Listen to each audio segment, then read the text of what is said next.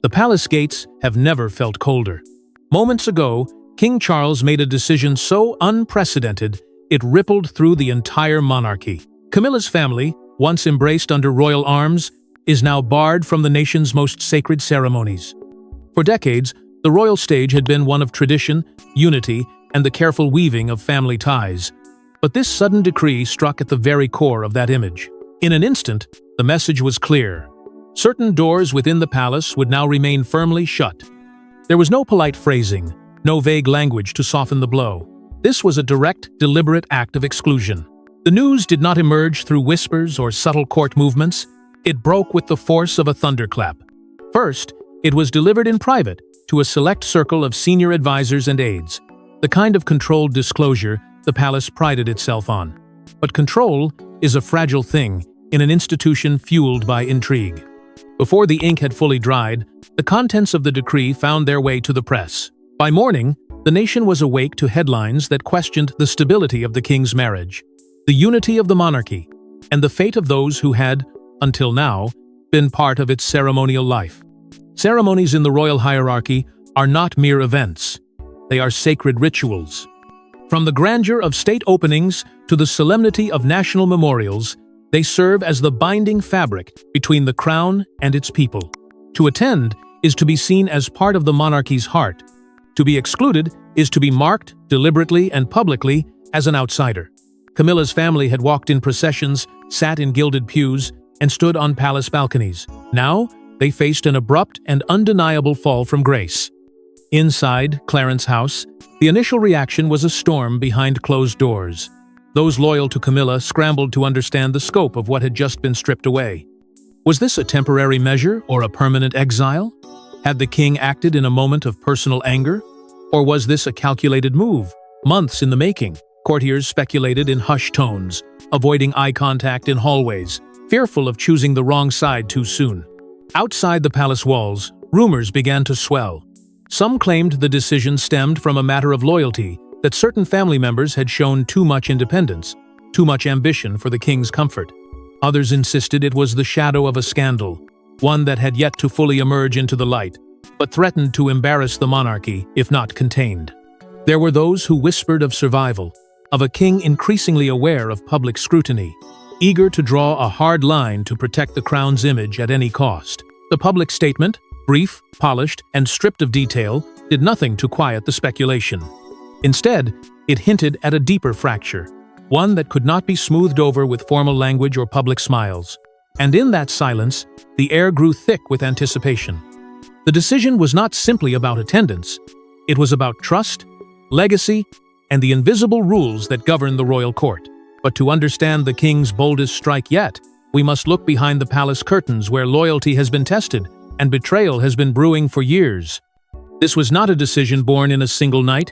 It was years in the making, each chapter more poisonous than the last. The rift between King Charles and Camilla's extended family had grown in the shadows, nurtured by slights both real and perceived, until it became impossible to ignore.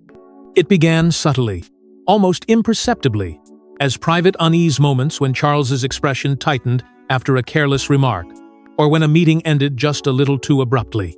To the public, the royal household appeared united. But behind the gilded doors, there were whispers that Camilla's family was overstepping, wielding influence in ways that made seasoned courtiers uneasy. These were not ordinary suspicions, they were warnings, issued quietly by those who had served the crown for decades, urging the king to set boundaries before it was too late. The warnings did not come from one source, nor did they arrive all at once. They came in fragments, a comment made by a senior aide, a hushed conversation between two members of the Privy Council, a discreet note slipped into the king's briefing folder. They spoke of inappropriate influence, of moments when Camilla's relatives seemed to treat palace corridors as their own boardrooms, and of conversations overheard that hinted at deals being struck far from the eyes of the monarch. Charles, ever cautious, dismissed some of these accounts as court gossip. But the seed had been planted, and it would not stop growing. The tension reached a dangerous high after a private dinner at Balmoral. It was meant to be a peaceful evening, away from cameras, with only the most trusted guests in attendance. But as the night unfolded, the air grew thick with veiled remarks and thinly disguised barbs. A comment about succession, delivered half in jest by one of Camilla's relatives, struck Charles like a blade. Witnesses later described a sudden shift in the king's demeanor, an icy silence that replaced his usual diplomatic warmth. Though the evening continued, the damage had been done. In that moment, Charles saw not just family, but potential liabilities. From then on, the exclusions began quiet, calculated, and deliberate. Invitations to key events were lost in the post. Seating charts were subtly altered, so Camilla's relatives were moved further from the royal table. Guest lists for official banquets bore no trace of their names. Each act was small enough to pass unnoticed by the public, but inside the family, they were as sharp as open insults. By the time Trooping the Color arrived, the tension had become impossible to disguise. Senior royals watched as a symbolic line was crossed, a public gesture that revealed the depth of the divide. It was not spoken of openly, but every insider understood. The king's patience was nearly spent. The undercurrents of mistrust had become a tide pulling the family apart. All that was needed was one defining moment, one spark that would set the entire course of events ablaze. And that spark came from a night no one expected to matter at a royal reception that turned into a personal war. It began as a celebration. It ended as the night Camilla's family sealed their fate. The reception at St. James's Palace was meant to be a gathering of unity, a carefully orchestrated evening of charm, diplomacy, and subtle reminders of the monarchy's enduring power. Glasses were raised, polite laughter filled the air, and the music was soft enough for conversations to carry easily across the room. Yet beneath the elegance, fault lines were already shifting. All it took was a handful of careless words to turn a glittering night into a slow-moving disaster. Some say it started with an overheard remark, one not whispered discreetly, but spoken with the kind of casual arrogance that suggested immunity from consequence. A member of Camilla's family, emboldened by wine and their growing comfort in royal spaces, made a comment that landed like a dagger. It was not only Charles who stiffened upon hearing it. Princess Anne, never one to let a slight pass unnoticed, caught the words too. Her eyes, cool and unwavering, found the speaker across the room. And in that silent moment, the tone of the evening shifted entirely. The offense did not rest in isolation. As the night progressed, rumors spread among those in attendance that certain members of Camilla's family had been using such occasions to advance personal ventures. Meetings set in corners of the room under the guise of casual conversation took on the unmistakable air of business dealings. A handshake here, a promise there, none of it illegal perhaps, but entirely inappropriate for an event meant to embody the dignity of the crown. Those who saw it whispered quietly, their glances drifting toward the king, who seemed to grow more withdrawn as the hours wore on. The true rupture came when Camilla's nephew crossed paths with Prince William. No one could say with certainty how the exchange began, but witnesses recall voices rising just enough to draw attention. William's expression tightened, his patience fraying visibly as pointed words were traded. It was over quickly, but the tension clung to the air like smoke. Moments later, William excused himself from the gathering altogether, slipping away with the unmistakable posture of a man unwilling to stay a moment longer. If that wasn't enough to cement the evening's place in royal infamy, Princess Anne delivered the final blow before the night ended. Approaching Charles with a measured calm that belied the severity of her words, she offered a warning, sharp, precise, and impossible to dismiss. The details of what she said remain locked in palace secrecy, but those close to the family insist it was the moment Charles's doubts hardened into conviction. From that moment, the king could no longer ignore the whispers. They had become undeniable roars. For a monarch raised on diplomacy, drawing a hard line is rare, but when the trust is shattered, the crown's patience vanishes. In the days following the disastrous reception, King Charles withdrew into a tight circle of confidence, speaking only to those he trusted implicitly. Behind those closed doors, the conversations were raw and unflinching. Senior advisors, many of whom had served both him and his mother, laid out their concerns in blunt terms. This was no longer about one night of impropriety. It was about the monarchy's image, its stability, and the message being sent to the public. Allowing Camilla's family to continue in their current role, they argued, risked undermining the dignity of the crown itself. The words weighed heavily on him. Charles had always tried to balance the personal and the political, but here the two had become hopelessly entangled. The accusations were not without merit. He had seen the moments himself, the offhanded comments, the misplaced familiarity, the subtle turning of royal occasions into personal stages. Yet to act against them was to act against Camilla herself, and that was a line he had never intended to cross. The strain of that conflict began to show. Those who met with him during those days described a man visibly worn down, his sentences cut shorter than usual, his voice often trailing off into silence. Camilla did not remain silent either. In a tearful confrontation far from the public eye, she pleaded with him to reconsider. Her words were not rehearsed. They came from a place of deep hurt and fear. She spoke of family bonds, of the decades it had taken for her relatives to be accepted, of the humiliation they would endure if they were publicly barred from royal life.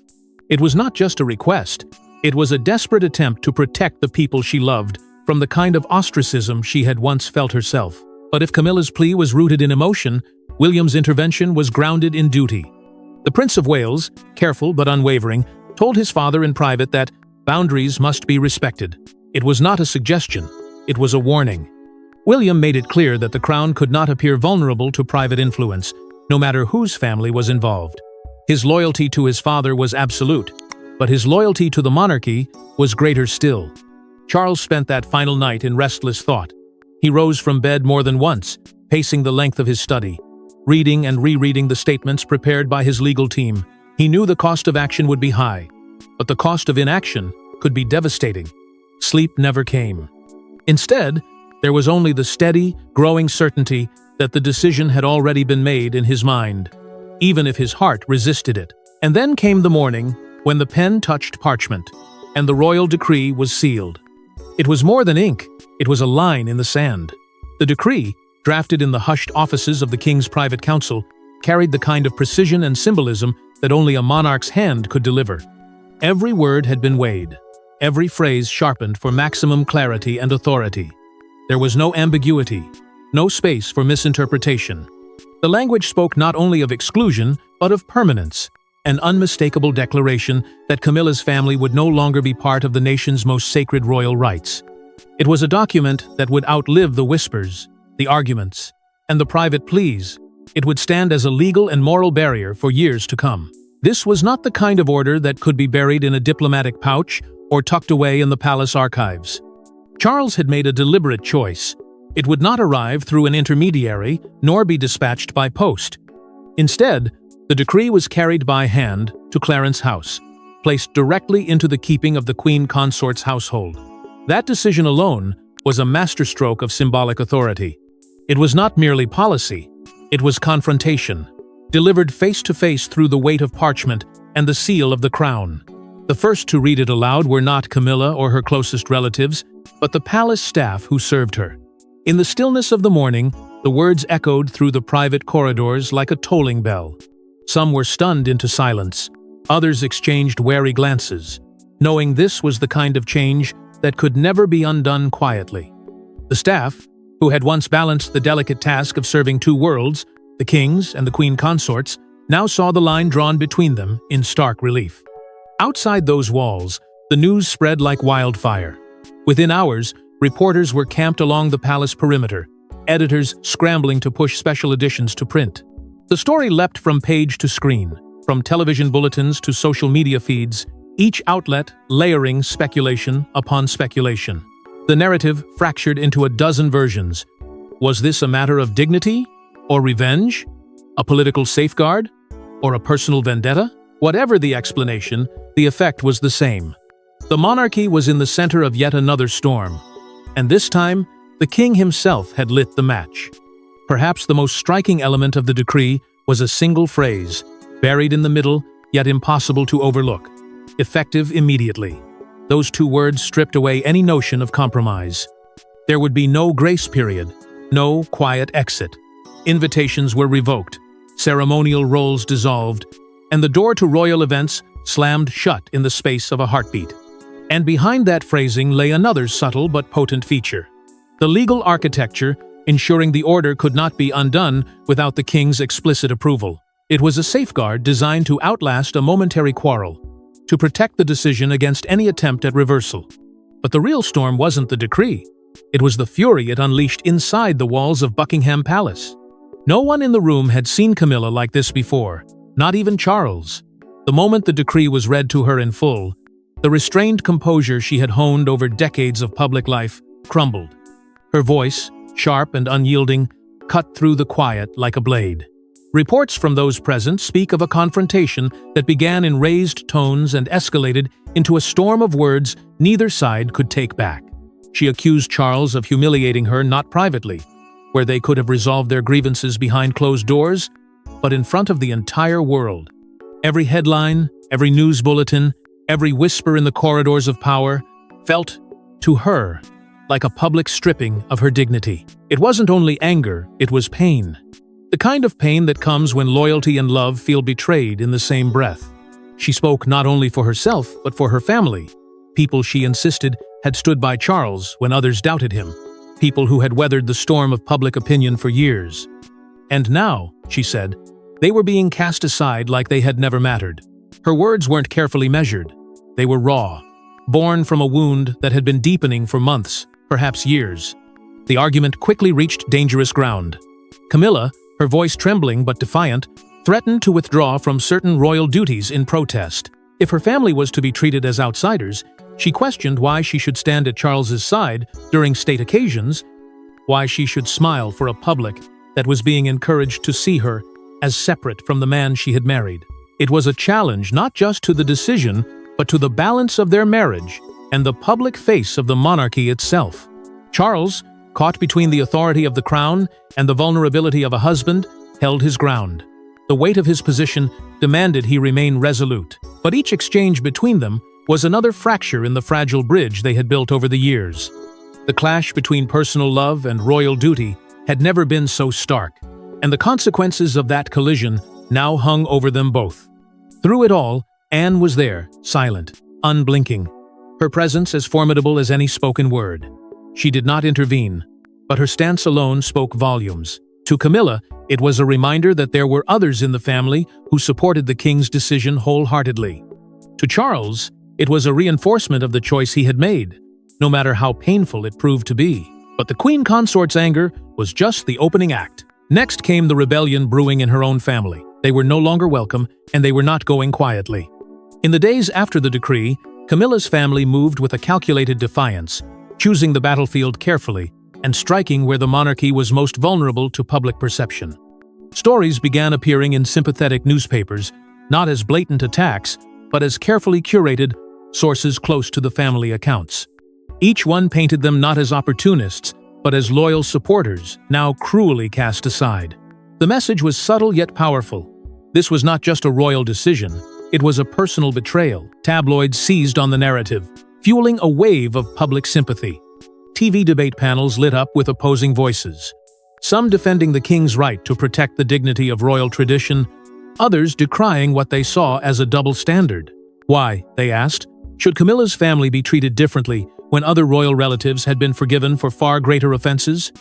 The word hypocrisy began to circulate, whispered in drawing rooms and shouted in online comment threads.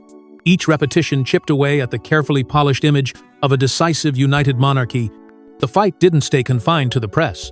On social media, hashtags began trending, driven by carefully timed posts from individuals clearly aligned with Camilla's circle. They weren't random complaints, they were coordinated strikes. Memes and clips resurfaced of Charles attending events with controversial members of his own extended family, all framed with captions questioning why some were given second chances, while others were shown the door. The implication was clear. Fairness was not the driving force behind the king's decision. Even within the family's inner workings, the impact was immediate. Reports emerged that Camilla's sister had refused to attend private gatherings, making it known she would not stand in the same room as certain members of the royal household. Her absence was not just a personal choice, it was a symbolic protest, one meant to be noticed and interpreted as a stand against injustice. Through it all, William and Kate remained publicly silent. They understood that a single comment, however measured, could inflame an already volatile situation. Their silence was strategic, but it was also telling. To many, it signaled quiet alignment with the king's decision. To others, it was proof they were unwilling to confront the growing public unrest head-on. But while the noise outside the palace grew louder with every passing day, it was the tension within its walls that threatened to become truly unmanageable. And as the noise grew louder outside the palace, inside, Charles prepared to make a move that would silence it once and for all. When a king speaks the final word, there are no appeals, only consequences. The nation watched as Charles appeared before the cameras, his posture firm, his voice measured, each syllable carrying the weight of both authority and resolve. The address was framed as a defense of the integrity of royal tradition, a phrase chosen not for ornament, but for its unshakable finality. This was not an apology, nor an explanation. It was a statement of principle, the king declaring that the sanctity of the monarchy must stand above personal ties, above sentiment, and above even the bonds of marriage. Yet, beneath the polished delivery, the message carried a sharp edge. Though he never uttered their names, there was no doubt that certain remarks were aimed squarely at Camilla's family.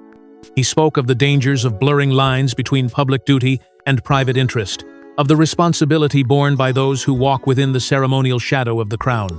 His words were like a scalpel, precise, deliberate, and impossible to ignore. The omission of direct reference only deepened their sting, leaving room for interpretation, but no doubt about intent. In the days that followed, the king's schedule became a masterclass in optics. Public appearances were orchestrated to show unity with William, Kate, and Anne, three figures whose reputations carried the weight of tradition and stability. Photographs of them together at engagements were not mere happenstance. They were calculated affirmations that the monarchy remained steadfast, disciplined, and untarnished by private disputes. Each smile, each handshake, was a silent rebuttal to those who questioned the wisdom of his decree. Meanwhile, the absence of Camilla's relatives became a statement in itself. At major ceremonies where they had once been visible, standing among the crowd at church services, seated in positions of prominence during state occasions, there were now empty spaces.